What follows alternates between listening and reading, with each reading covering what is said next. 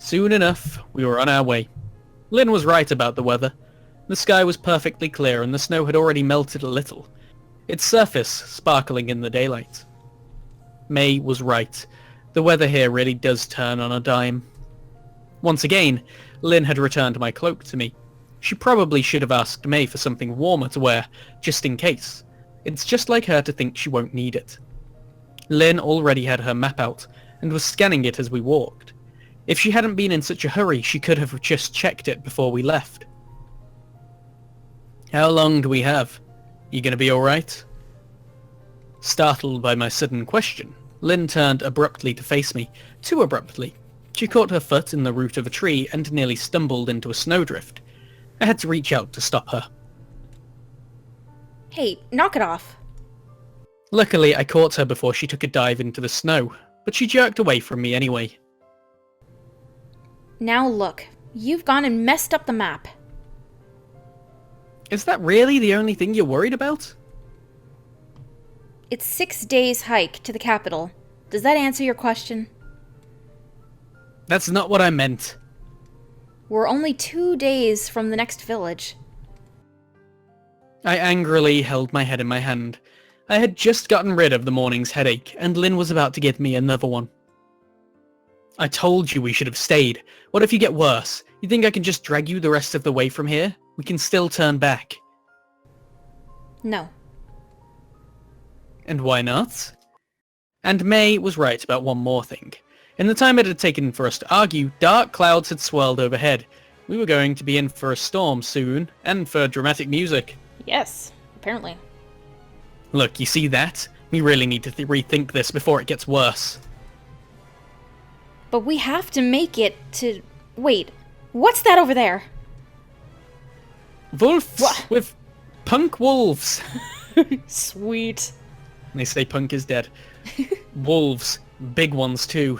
Ah, damn, they got way too close before we noticed them. Hurry, let's go. Wait, that's the wrong way. Enough. You're too sick to fight and keep going. Fight? Several more wolves sounded off in the distance. A trap had been sprung, and now they were closing in on us. Not waiting for Lynn to respond, I took her sword and swung it at a nearby tree. A couple of good hacks was all it took for me to separate one of the larger limbs from the trunk. It would have to do. Here, take your sword. We'll have to fight our way back to the house. Are these dire wolves? One of the darker ones charged towards me, streaking like a shadow across the ground. I only just managed to push it back with my improvised weapon. You take a -2 on your attack damage. Oh no. No, these ones are normal. Hell of a lot of them, though. We'd better move. If they're normal wolves, I can handle them. 2 more broke from the pack and made a dash at Lynn. She drove the first back with a slash, but the second one caught her in the arm, causing her to drop her blade. At least the wolf's bite only hit the armoured plate. Damn. Hellguardian armour was tough, but the coverage was bad. If that wolf had gone for her neck or midriff, she wouldn't have been near as lucky. Having been neglected, I stepped in to drive the wolves away from Lynn before they could attack her again. As if to shield us against the attack, the wind kicked up, and the snow started falling heavily from the sky. A blessing in disguise. Get your weapon and keep moving.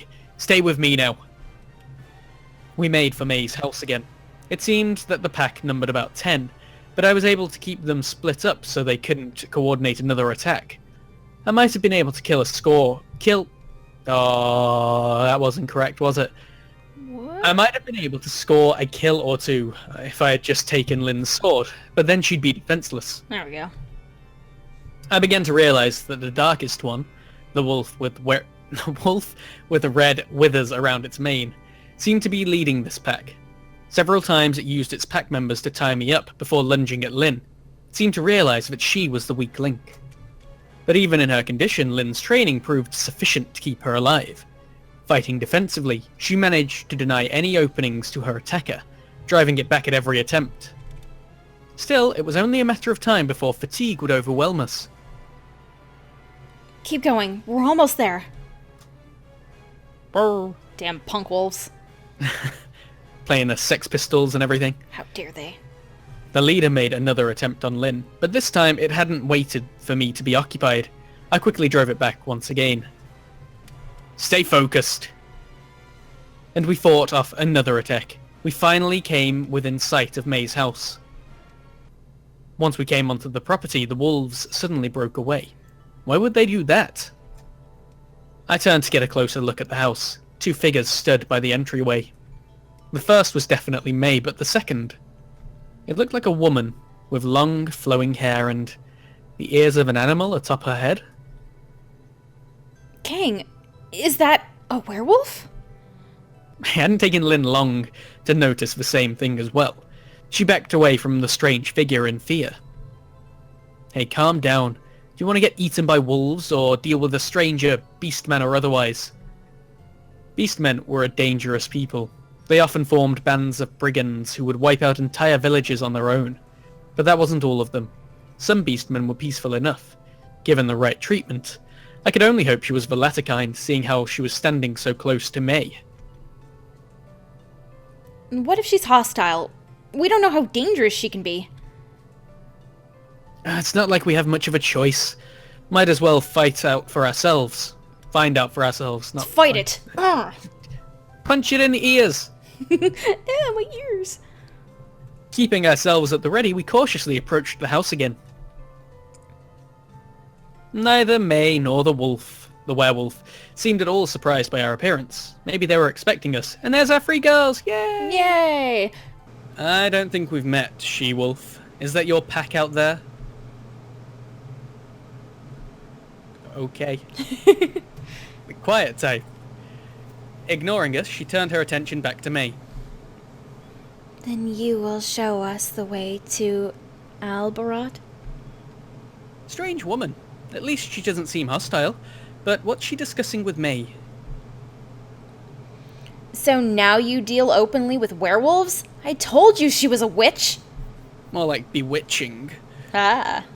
The she-wolf didn't take that very kindly, but remained composed. It was up to May to play the peacekeeper. Lady Lynn, please be calm. I have told you before that I am no witch.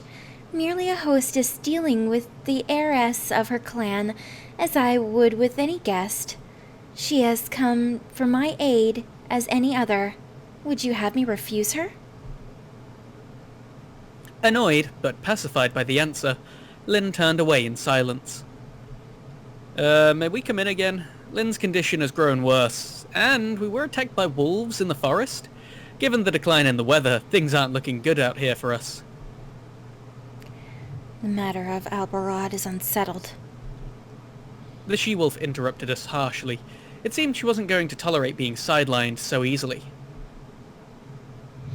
Yes, Lady Shan, Lynn, please make yourself at home. Mr. Kang, would you accompany us? Lady Shan insists on your presence for this.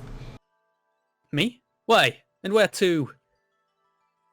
Cease your inquiries, human. She likes us. Shan's eyes flashed at me with a fiery hostility. I had all too easily forgotten my fears, seeing her as a woman and not as a werewolf. She might be quicker to anger than she looks. Please follow me. I nodded to Lynn, letting her know that she should do as she's told, and placed her belongings by the door. I hope she'll be okay by the time we return. Dots. May led us silently through the forest, taking us on a path that brought us close to the foot of the mountains. Questions arose in my mind, but it was clear that they would not be answered if I gave voice to them. The atmosphere was heavy between us, the silence deafening. Sir Kang, I see you are troubled. Perhaps I should shed some light on this matter.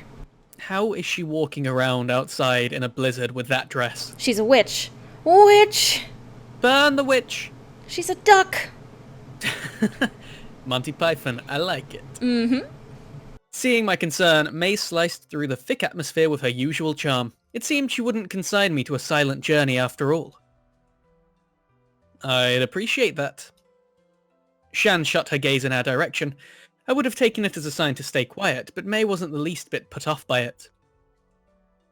Albarod is an old mine nearby. It hasn't been in use since the day a vicious monster took up residence within it. That was several years ago. I have been keeping custody of the entryway since then, at the behest of its former owners. I had hoped that they would have found a way to deal with their unexpected guest, but as of now, there has been no conclusive result. Lady Shan here believes that she can be of assistance, and so here we are. Hearing her name enter into the conversation, Shan scowled in our direction. Apparently, she did not appreciate being the subject of discussion. Pardon me, Lady Shan. Then what do you want me for?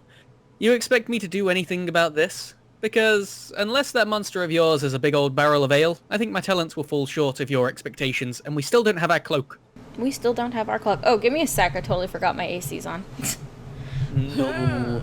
No. Air conditioning in this weather? But it's freezing, look at the snow. I know. What is wrong with me? That's why it's snowing, the aircon. Ugh, there we go. Welcome Okay. back. Thank you. May lost her composure, covering her sudden laughter with one hand.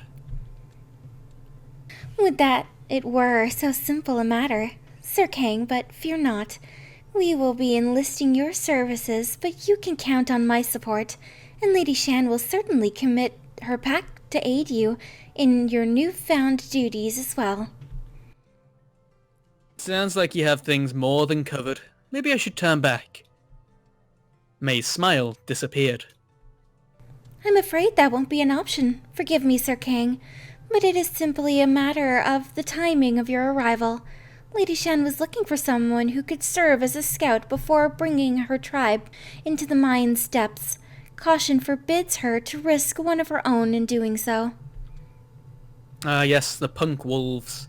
That cleared it up. We were sacrificial lambs to be sent into an unknown slaughter.